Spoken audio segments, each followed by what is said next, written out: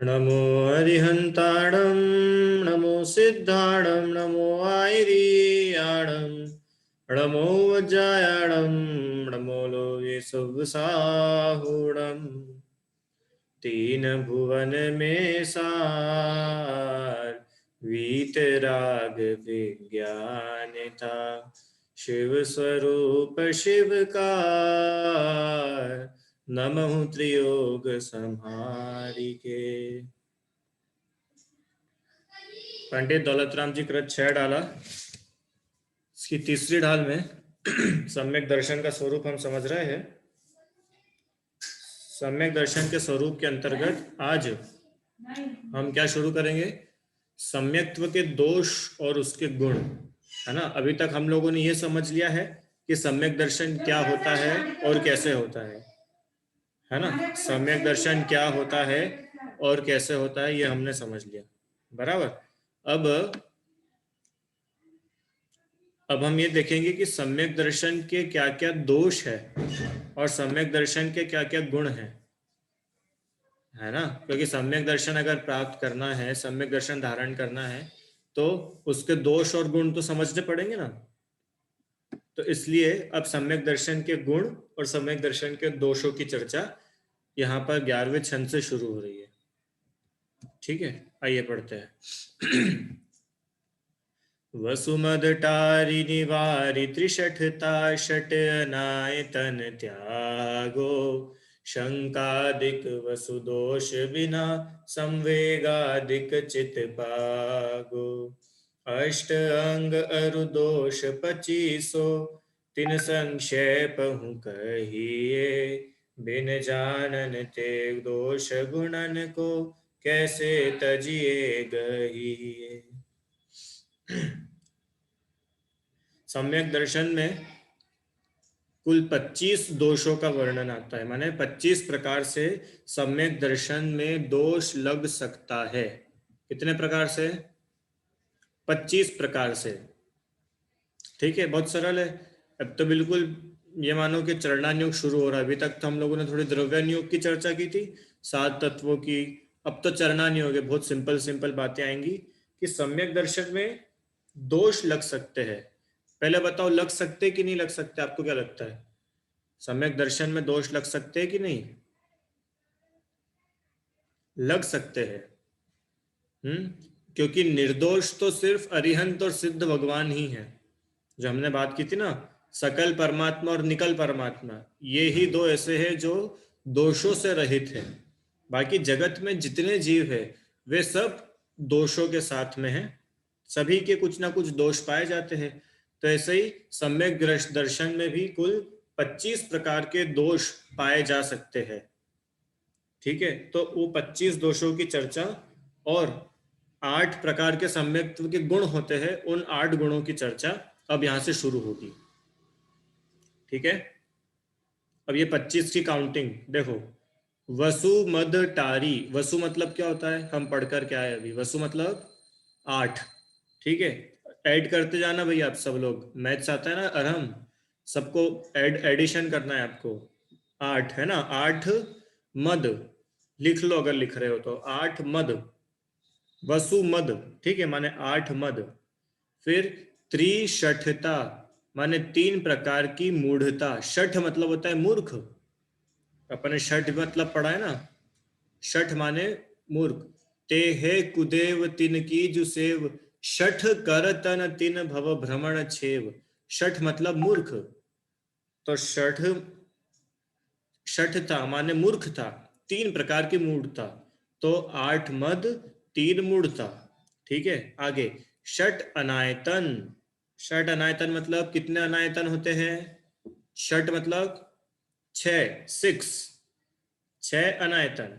तो 8 मद 3 मूढ़ता 6 अनायतन। आगे शंकादिक दोष, शंकादिक वसु दोष। शंका आदि वसु दोष, वसु दोष मतलब 8 दोष। ठीक है, शंका आदि, जैसे अपन बोलते हैं ना, जीव आदि प्रयोजन भूत तत्व। तो जीव और उसके अलावा सब, अपन ने बोला ना जीव आदि, तो जीव आदि मतलब जीव, अजीव, आश्रव, बंध, संवर, निर्जरा, मोक्ष। अब इन 7 को नहीं बोलना है तो अपन ने क्या बोलेंगे, जीव आदि, माने जीव और एक्सेट्रा, एक्सेट्रा में सब आ जाएंगे। ऐसे ही शंका आदि माने शंका और बचे हुए 7 दोष, ऐसे कुल मिला के 8 दोष। ठीक है, कितने हो गए, ऐड करो। 8 मद, 3 मूढ़ता, 6 अनायतन और 8 दोष। कितने हो गए, 25 हो गए, पक्का? नहीं हुए? अरे हुए कि नहीं, देखो वापस ऐड करते। 8 मद, ठीक है, 3 मूढ़ता, 8 + 3 11, फिर 6 अनायतन, 11 और 6 17, और 8 दोष, 17 और 8 25। अरे कल से मैथ्स की क्लास भी लगानी है कि अपने को, हो गए 25। ठीक है, तो ये सम्यक दर्शन के 25 दोष है। कौन कौन से, देखो 2 लाइन में 25 दोषों के बारे में बता दिया। देखो पढ़ते हैं वापस। वसु मद टारी, निवारी त्रिशठता, षट अनायतन त्यागो, शंका दिक वसु दोष बिना। माने यहां तक 1.5 लाइन में, 1.5 लाइन के अंदर सम्यक दर्शन के 25 दोषों का स्वरूप नाम बता दिया है। और देखो सभी के साथ में उन्होंने एक एक वर्ड लिखा है, जैसे अपन अभी उसमें पढ़ रहे थे ना आश्रव में। क्या बात है,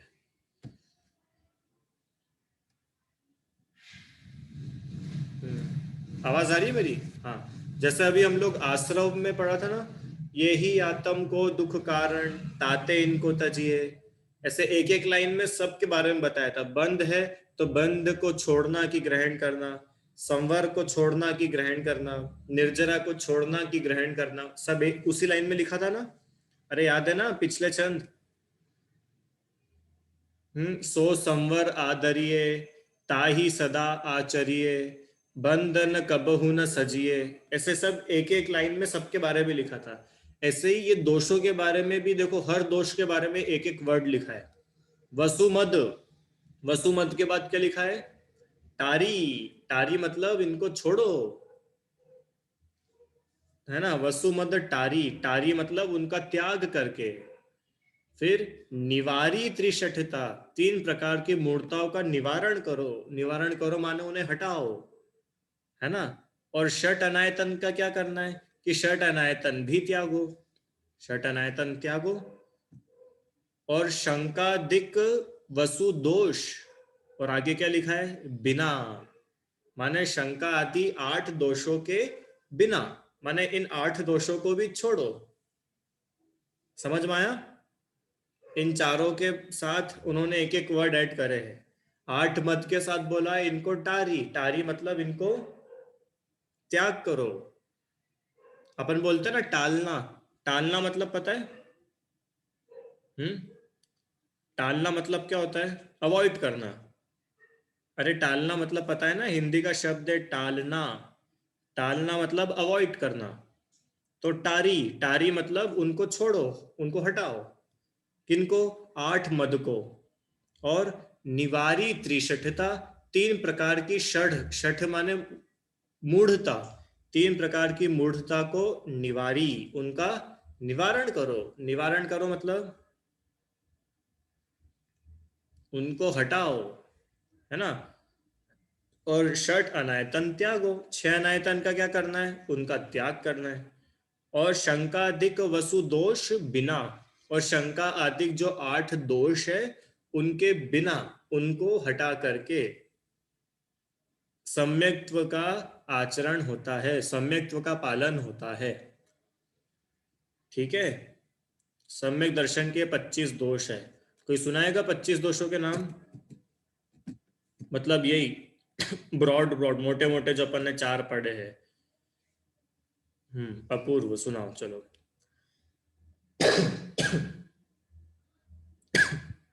हम्म, बोलो। 8 मद, 3 मूर्ता, 6 अनायतन, 8 संकादि दोष। बहुत बढ़िया। 8 मद। हाँ ठीक। निहिता।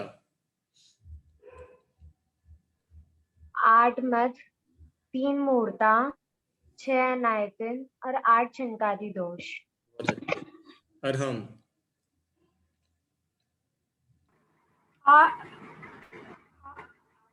8 मद, 3 मूर्ता, 6 अनायतन और 8 संकादिक दोष। 8 शंका आदि 8 दोष। बढ़िया। टोटल कितने हुए? 25, है ना। ये 25 दोष। और संवेग आदिक चित पागो, और संवेग आदि को अपने, संवेग आदि में अपने मन को लगाना चाहिए। अब ये संवेग आदि क्या होता है वो आगे पढ़ेंगे अपन। और अष्ट अंग अरु दोष 25 तीन संक्षेप हु कहिए। 8 अंगों को और 25 दोषों को हम संक्षेप में कहते हैं। अब ये बहुत गजब की लाइन है इसकी, आखिरी लाइन, कि भैया क्यों कहते हो? किसी ने पूछा दौलत राम जी से, आप क्यों लिख रहे हो 25 दोषों के बारे में और 8 अंग के बारे में आप क्यों लिखते हो? तो उन्होंने क्या उत्तर दिया? बिन जाने ते दोष गुणन को कैसे तजिए गहिए। बिन जाने ते, बिना जाने किसको? दोष को और गुणों को। जब तक आप दोष और गुणों को जानोगे ही नहीं तो उनको छोड़ोगे और उनको ग्रहण करोगे, ये कैसे हो पाएगा? समझ में आया? बिन जाने ते दोष गुणन को कैसे तजिए गहिए। तजिए मतलब तजना, छोड़ना। किसको छोड़ना? दोष को। पहले दोष लिखा है ना वहां पे, दोष गुण तजिए गहिए, जो आप लोग पढ़ते हो ना रिस्पेक्टिवली। दोष गुण तजिए गहिए माने दोष को कैसे छोड़ोगे और गुणों को कैसे ग्रहण करोगे। जब तक तुम दोषों और गुणों के बारे में जानोगे ही नहीं तो गुणों को कैसे ग्रहण करोगे और दोष को कैसे छोड़ोगे। इसलिए हम 25 दोष और 8 गुण के बारे में आपको संक्षेप में बता रहे हैं। कैसे बताएंगे? बहुत बड़ा करके बताएंगे कि शॉर्ट में बताएंगे? शॉर्ट में बताएंगे, संक्षेप में। ठीक है? कितने संक्षेप में बताएंगे? कि इतना संक्षेप में तो बता चुके ऊपर 3 लाइन में। हाँ, अब अगर इतना संक्षेप में समझ में नहीं आया तो फिर उसको थोड़ा सा एक्सप्लेन करेंगे। आप लोग को तो आ गया होगा समझ में सभी को, है ना हरम? 25 दोष समझ में आ गए? नहीं तो अपने को इतना संक्षेप अभी समझ में नहीं आया, तो अपन थोड़ा सा इसको खोल के पढ़ेंगे। ठीक है? समझ में आई? आखिरी लाइन बहुत गजब की है। बिन जाने ते दोष गुणन को कैसे गहिए कैसे तजिए गहिए। बिना दोषों और गुणों को जाने आप कैसे उनका त्याग और उनको ग्रहण कर पाओगे। ठीक है? ये अब जो बची हुई तीसरी ढाल है उसका ट्रेलर है। 11वां छंद, जितनी भी अब तीसरी ढाल बची है अपनी, लगभग 6 छंद बचे अपने, वो 6 छंद का एक ट्रेलर है कि ये आगे के 6 छंद में हम किसकी पढ़ाई करेंगे।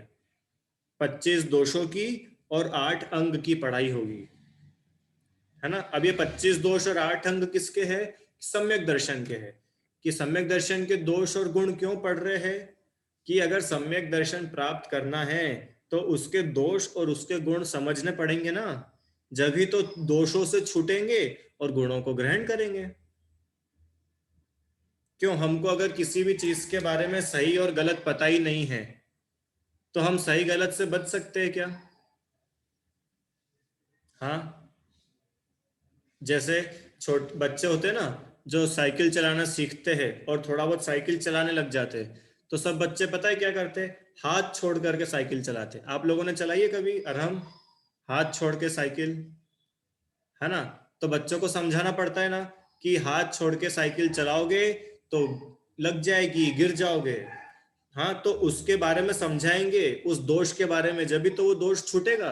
अगर उस दोष के बारे में बताएंगे ही नहीं तो वो दोष छूटेगा क्या? छूटेगा क्या? नहीं छूटेगा। समझ में आया क्या? इसलिए यहाँ पर सम्यक दर्शन का हमने जो इतना स्वरूप अभी समझा पिछले 9 छंदों में, निश्चय सम्यक दर्शन, व्यवहार सम्यक दर्शन, 7 तत्वों का स्वरूप, देव शास्त्र, गुरु का श्रद्धान, ये सब हमने समझ तो लिया। हाँ, अब ये समझ के हमको अगर सम्यक दर्शन हो गया तब ये सम्यक दर्शन हमारा बना रहे, सम्यक दर्शन दूषित ना हो जाए, सम्यक दर्शन में कुछ दोष ना लग जाए, है ना? तो वो समझाने के लिए, वो बताने के लिए आगे की चर्चा है। समझ में आया क्या पढ़ेंगे अपन? किसी को कुछ प्रश्न है यहाँ तक? अब इनकी बढ़िया स्टडी अपन अब शुरू करेंगे।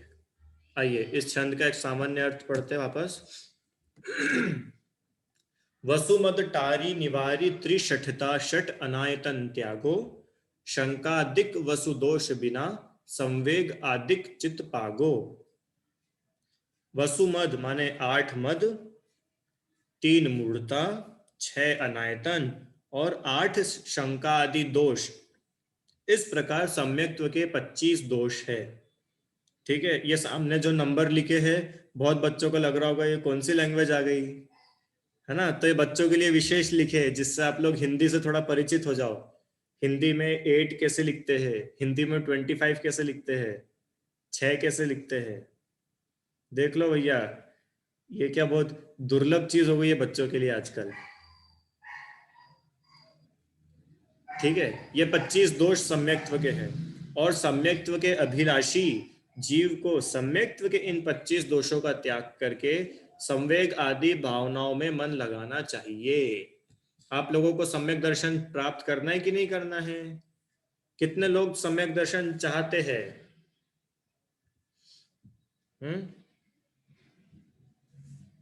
कितने लोग चाहते हैं? सभी चाहते होंगे, ऐसा कोई है क्या जो नहीं चाहता? हाँ, अरे फ्री में लड्डू बट रहे हो, कौन लेना नहीं चाहेगा? हाथ तो खड़े कर ही सकते हैं। सभी लोग चाहते हैं, है ना? तो हम सभी अगर सम्यक दर्शन चाहते हैं तो कैसा सम्यक दर्शन चाहिए आपको? दोषों के साथ वाला कि निर्दोष सम्यक दर्शन? कैसा चाहिए? निर्दोष सम्यक दर्शन चाहिए। तो निर्दोष सम्यक दर्शन के लिए हमें दोषों को समझना जरूरी है कि नहीं? हमें पता तो होना चाहिए ना दोष होते क्या क्या है। ठीक है, तो जो सम्यक्त्व का अभिलाषी जीव है, जो सम्यक्त्व चाहते हैं, उन जीवों को इन 25 दोषों का त्याग करके संवेग, आस्तिक्य, प्रशम, अनुकंपा आदि भावनाओं में मन लगाना चाहिए। ठीक है, अब सम्यक्त्व के 8 अंगों और 25 दोषों को संक्षेप में वर्णन किया जाता है। क्यों किया जाता है? क्योंकि जाने और समझे बिना दोषों को कैसे छोड़ा जा सकता है तथा गुणों को कैसे ग्रहण किया जा सकता है। इसलिए हम सम्यक्त्व के 25 दोष और 8 अंगों को अब संक्षेप में कहेंगे। ठीक है अरहम भाई? बढ़िया। आइए आगे। अब सम्यक्त्व के 8 अंग और शंकादिक 8 दोषों का लक्षण। अब यहां से शुरू हो रहे हैं। सबसे पहले सम्यक्त्व के 8 अंग, पहले 8 अंगों की बात कर रहे हैं। पहले पॉजिटिव बात कर लेंगे अपन और दोष बाद में करेंगे। ठीक है, क्योंकि 25 बड़ा है, 8 छोटा है, इसलिए अपन 8 पहले पढ़ लेंगे। ये 8 भी बहुत गजब है, पता है? 8 अंगों की 8 कहानियां हैं। 8 अंग की 8 अलग अलग स्टोरीज है। तो अब आप लोगों को 8 कहानियां सुनने को मिलेगी बहुत समय बाद, बच्चों के भाग्य से, है कि नहीं? अपन कहानी सुनेंगे। हाँ, अभी छंद पढ़ते हैं और इसकी जो विशेष चर्चा होगी अगली क्लासेस में करेंगे। छंद नंबर 12। जिन वच में शंकान धार वृषभव सुख वांछा भाने, मुनि तन मलिनन देख घिनावे तत्व कुतत्व पिछाने। निज गुण अरु पर अवगुण ढाके, वा निज धर्म बढ़ावे, कामादिक कर वृषते चिगते, निज पर को सुदृढ़ावे। हाँ, क्या है ये, किस किस को समझ में आया? थोड़ा थोड़ा थोड़ा थोड़ा आया? इतना देखो, इतना तो समझ लो कि ये क्या है, कि ये सम्यक्त्व के 8 अंग है, सम्यक्त्व की 8 क्वालिटीज है। माने जो सम्यक दृष्टि जीव है उसके अंदर ये 8 गुण पाए जाते हैं। गुण मतलब तो पता है ना आपको? गुण मतलब उसकी क्या क्या क्वालिटीज है।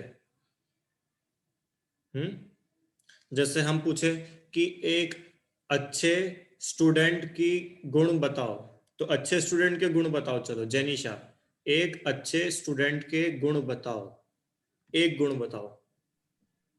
मैं सर उसमें वो अच्छे से जो पढ़ाई करता है और उसको सबको अच्छा। ठीक है, हमने बताया जो पढ़ाई करता है वो। संस्कृति बताओ अच्छे स्टूडेंट का गुण।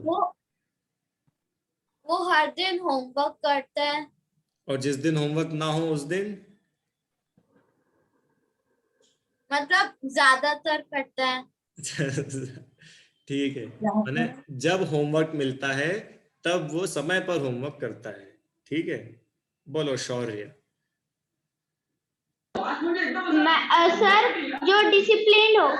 हाँ, जो डिसिप्लिन्ड हो वो अच्छा स्टूडेंट है। बोलो और हम। भैया जो ईमानदार हो, जो डिसिप्लिन्ड हो, जो जो ईमानदार आज्ञाकारी हो, हो। आज्ञाकारी हो, वो गुड स्टूडेंट है। और आराध्या? अच्छा स्टूडेंट वो होता है जो कि क्लास में रेगुलरली आए, बार बार एब्सेंट ना हो। हाँ, अच्छा स्टूडेंट रेगुलर आता है, बार बार छुट्टी नहीं मारता है ना। तो ये क्या है, अच्छे स्टूडेंट के गुण। ठीक है, 6-7 गुण तो पढ़ लिए। ऐसे ही अब सम्यक दृष्टि है। अब अच्छे स्टूडेंट की आपको पहचान करनी है, तो अच्छे स्टूडेंट की पहचान के ये गुण है ना। आप लिस्ट बना सकते हो कि अच्छा स्टूडेंट है, वो टाइमली होमवर्क करेगा, वो क्लास में लेट नहीं आता है, वो टीचर्स की हंसी नहीं उड़ाता है, वो सबसे दोस्ती करके रखता है, और चीटिंग नहीं करता है, और लड़ाई झगड़ा नहीं करता है, कॉपीज कंप्लीट रखता है, होमवर्क कंप्लीट रखता है ना। ये सब एक अच्छे स्टूडेंट की क्वालिटीज है। बराबर है? तो ये हमने एक लिस्ट तैयार की है अच्छे स्टूडेंट के गुण। और हमको अगर पहचानना है कि भैया ये स्टूडेंट अच्छा है कि नहीं, तो हम इन गुणों के साथ में उसको मैच कर सकते हैं, है कि नहीं। और ऐसे ही अब मैं आप दूसरा प्रश्न पूछता हूं कि एक अच्छे स्टूडेंट में लगने वाले दोष, तो आप क्या बताओगे दोष? कि वो बदतमीजी करेगा, वो टीचर के साथ में लड़ाई करेगा, दोस्तों के साथ लड़ाई करेगा, कॉपीज कंप्लीट नहीं करता होगा, हाँ, और एग्जाम में लिख करके नहीं आएगा, खूब मस्ती करेगा, पूरी क्लास को परेशान करेगा। तो ये सब क्या है, अच्छे स्टूडेंट के दोष। समझ में आया ना। अगर अच्छे स्टूडेंट को पहचानना है तो उसकी दोनों बातें हैं, या तो उसमें दोष होंगे या गुण होंगे। अब कितने गुण है और कितने दोष है वो उसका डिसीजन अपने को बता देगा। ऐसे ही सम्यक दर्शन की अगर पहचान करनी है तो देखो, वो जीव अपनी आत्मा को जानता है कि नहीं जानता है, तो वो तो उसके अंदर की बात है। वो आप और हम समझ सकते हैं क्या? क्यों? वो तो अंदर की बात है, वो तो अपन ही अपना समझ सकते हैं, या भगवान समझ सकते हैं, कौन तीसरा व्यक्ति तो नहीं समझ पाएगा। ठीक है, तो ये 8 गुण और 25 दोष सम्यक दर्शन की बाहरी पहचान है। अंदर की पहचान तो अलग ही सम्यक दर्शन की। सम्यक दृष्टि आत्मा को जानता है, आत्मा में श्रद्धान करता है, ये तो उसके अंदर की पहचान है। और बाहर की पहचान क्या है? ये 25 दोषों से रहित है और 8 गुणों के सहित है। ये सम्यक दृष्टि की पहचान है। अगर आप लोगों को आपकी पहचान करनी हो ना, तो ऐसे कर सकते हो। ये लिस्ट लेके बाहर मत निकलना, पहले खुद के पास आना। क्या अरहम भाई, नहीं तो तुम ग्वालियर में निकल जाओ कल कि चलो देखूं कौन कौन सम्यक दृष्टि है। नहीं, पहले अपना आकलन करना कि हम में ये दोष तो नहीं है, क्या हम में ये गुण थोड़े कम तो नहीं है? ये गुण हम में सभी सारे गुण होने चाहिए और एक भी दोष नहीं बचना चाहिए। ठीक है, इसके लिए अपनी ये पढ़ाई चल रही है। जैसा अपन ने उस पर पढ़ा था ना, मिथ्यात्व में, ग्रहित मिथ्यात्व में, कुगुरु, कुदेव, कुधर्म, कुशास्त्र। हाँ, तो कई हमारी ऐसी प्रवृत्ति तो नहीं है, इसके लिए हमने पढ़ा था। दुनिया क्या कर रही है उसके लिए पढ़ा था क्या अपन ने? दुनिया में तो बहुत कुछ चलेगा। तो ऐसे ही दुनिया सम्यक दृष्टि है कि मिथ्या दृष्टि, इसका डिसीजन अपने को नहीं करना है, अपने को अपना करना है कि हम क्या है, हम में कितने दोष है या हम में कितने गुण हैं। ठीक है, तो ऐसे सम्यक्त्व के ये 8 गुणों की चर्चा यहाँ पर है। जिन वच में शंका न धार, बहुत बढ़िया बढ़िया है, अपन अगली क्लास में से पढ़ेंगे। जिनेंद्र भगवान के वचनों में शंका नहीं होती, धर्म के बदले में कुछ मांगता नहीं है, मुनिराज के मलिन तन को देख करके घृणा नहीं करता, तत्व कुतत्व को भली प्रकार से जानता है और अपने गुण और दूसरों के अवगुण को ढाकता है, जैन धर्म को बढ़ाता है, और कोई अगर धर्म से गिर रहा है, कोई अगर धर्म से च्युत हो रहा है तो उसको पुनः धर्म में लगाता है। ठीक है, यह सम्यक दृष्टि के गुण है। और धर्मी सो गोवत्स प्रीति सन, जो धर्मात्मा जीव है, साधर्म जीव है, उनके साथ में वात्सल्य से रहता है, लड़ाई झगड़े नहीं करता, समाज में सबसे प्रेम वात्सल्य से रहता है। और जिन धर्म दीपावे, जैन धर्म की खूब प्रभावना करता है। ठीक है, ये सम्यक दर्शन के 8 गुण हैं। बहुत शॉर्ट में एक एक लाइन में बताया मैंने आपको, इसकी डिटेल अपन अगली क्लास से पढ़ेंगे। हाँ, माने सम्यक दृष्टि जीव के मन में वात्सल्य होता है, वो लड़ाई झगड़े नहीं करता दूसरों से। वात्सल्य मतलब प्रेम। किससे प्रेम होता है? जैनों से? किनसे?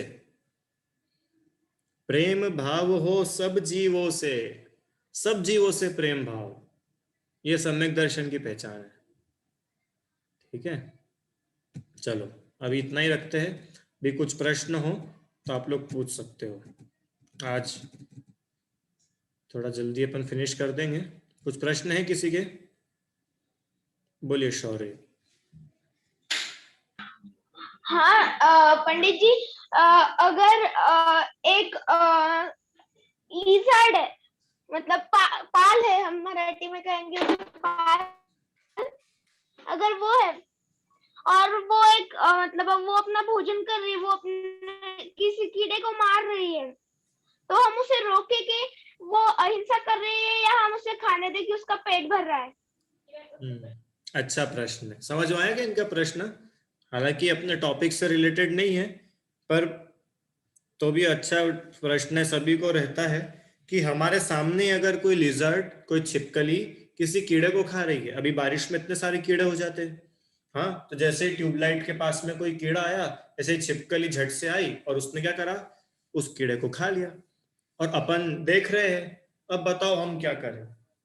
वो कीड़े को बचाए कि छिपकली का पेट भरने दे? कितने लोगों को ऐसा लगता है कि हमको कीड़े की जान बचानी चाहिए? आप लोग को क्या लगता है बताओ? अच्छा, और कितने लोगों को ऐसा लगता है कि हमें किसी भूखे का पेट भरने देना चाहिए?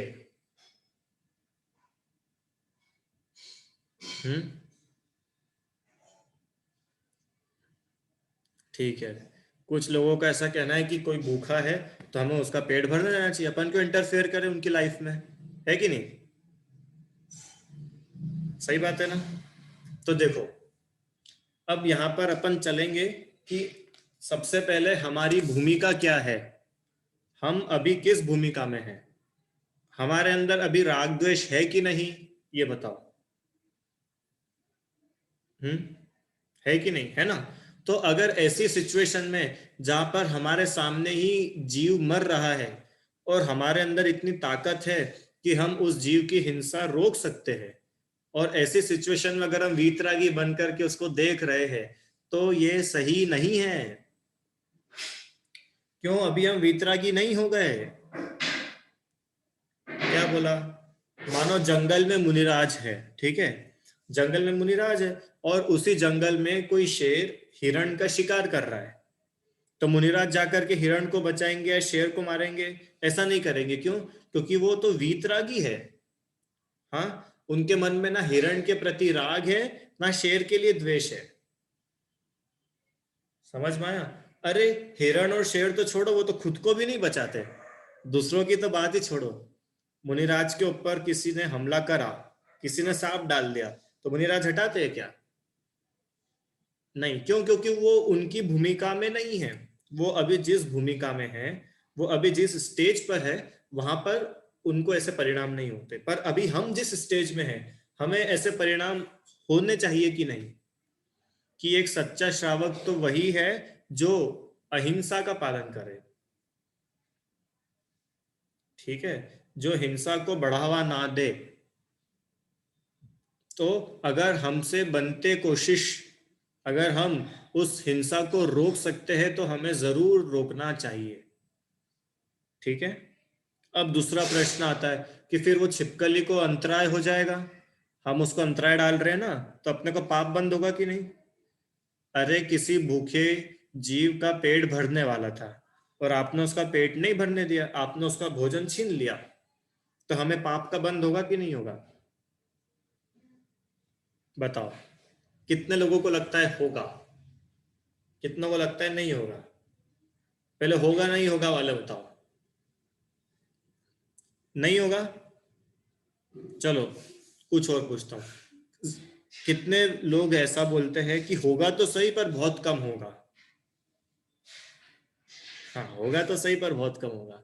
पता है, बिल्कुल भी नहीं होगा, बिल्कुल भी पाप का बंद नहीं होगा। क्यों? क्योंकि आपका इंटेंशन क्या है उसके पीछे, ये बताओ। अपना इंटेंशन क्या है? हमारा इंटेंशन छिपकली को भूखे रखने का है कि हमारा इंटेंशन जीव की रक्षा करने का है? ये बताओ। अगर हमारा इंटेंशन छिपकली को भूखे रखने का है तो हमको पाप का बंद होगा कि किसी जीव को आप भूखा रख रहे हो, उसका पेट नहीं भरने दे रहे, तो पाप का बंद है। पर अगर हमारा इंटेंशन उस जीव को दुख पहुंचाने का नहीं है, अपना इंटेंशन छिपकली को दुख पहुंचाने का था क्या? क्यों शौर्य, अपना इंटेंशन क्या था? छिपकली को दुख पहुंचाना कि कीड़े को दुख से फ्री करना, कीड़े को दुखों से बचाना, कीड़े को दुख से बचाना, ठीक है। तो ये चीज हमेशा याद रखना सभी लोग। हमें जब भी किसी भी क्रिया का फल मिलता है तो वो उस क्रिया का नहीं मिलता है, उस क्रिया के पीछे आपका क्या इंटेंशन है, आप किस उद्देश्य से वो काम कर रहे हो, उसका फल मिलता है, भले पाप हो या पुण्य हो। अभिप्राय क्या है, आपका इंटेंशन क्या है? अपन ने तो कितना तो पढ़ा, अपन ने कुधर्म में नहीं पढ़ा था? जैन धर्म में कुधर्म की प्रवृत्ति, पर्व के दिनों में सज सवर करके तैयार होकर के मंदिर जाना, हाँ, खूब जोर जोर से पूजा करना, हाँ, खूब दिखा दिखा करके सोने चांदी की थाली में पूजा करना। बताओ इसमें पुण्य है कि पाप है? कि अगर हमारा इंटेंशन दूसरों को नीचा दिखाने का है, अपने आप को बड़ा दिखाने का है, तो उसमें पाप है, भले ही तुम पूजा कर रहे हो। हाँ, ठीक है, इंटेंशन की बात है, इंटेंशन क्या है? समझ में आया शौर्य भाई? कहाँ चले गए? समझ में आया ना? ठीक है, बोलो मोक्षी। मतलब आपने बताया था कि वो जो अंजन चोर की कहानी बताई थी, तो उसने बहुत सारी चोरी की, तो उसको उसके कर्म का फल तो मिला नहीं।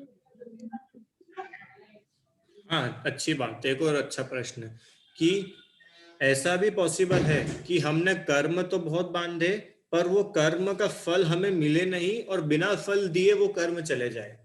हमने जो निर्जरा पढ़ी थी ना, निर्जरा, निर्जरा मतलब कर्मों का आत्मा से चला जाना, वो निर्जरा होती है। तो ये निर्जरा दो टाइप की होती है।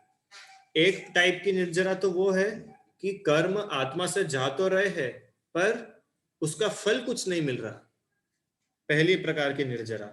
और दूसरी टाइप की निर्जरा कि कर्म फल दे करके जा रहे हैं, इसको बोलते हैं सविपाक निर्जरा और अविपाक निर्जरा। बोलो सब लोग साथ में, सविपाक, बोलो सविपाक।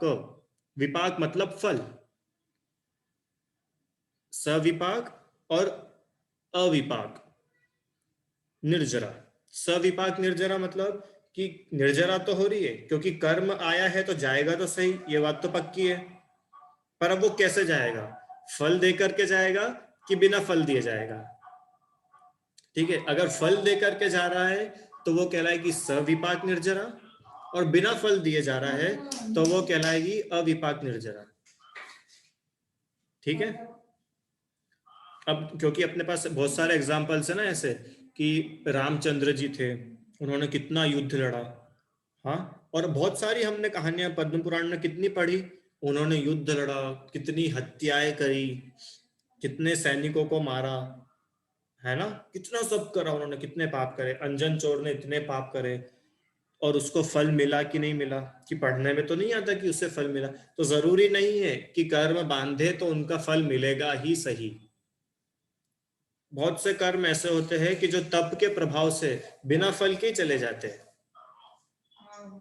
ठीक है, और बहुत से कर्म ऐसे होते हैं जो फल दे करके जाते हैं, जैसे अपना पेट दर्द हुआ तो ये कोई पाप कर्म था, उसका फल मिल रहा है।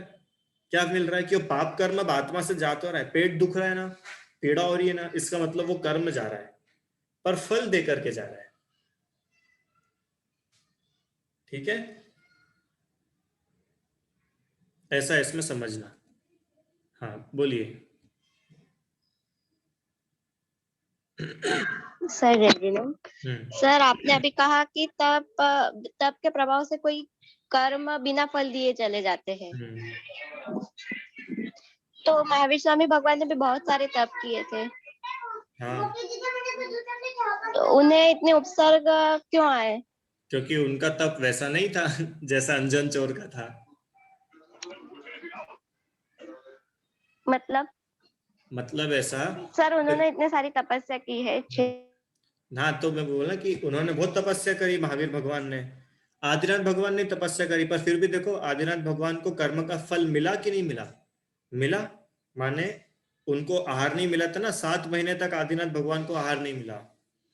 पारसनाथ भगवान के ऊपर कमठ ने इतने उपसर्ग करे, है ना, पारसनाथ भगवान के ऊपर कमठ ने उपसर्ग करे, तो वो कर्मों का ही तो फल मिला उन्हें। तो कर्मों का फल मिल सकता है और चाहो तो नहीं भी मिल सकता है, तपस्या कैसी है उस पर डिपेंड करता है। अब इसमें मैं ये नहीं बोल रहा हूँ कि तीर्थंकर की तपस्या कमजोर थी और अंजन चोर की तपस्या बहुत बढ़िया थी। ठीक है, वो तो जैसी योग्यता होती है वैसा फल मिलता है।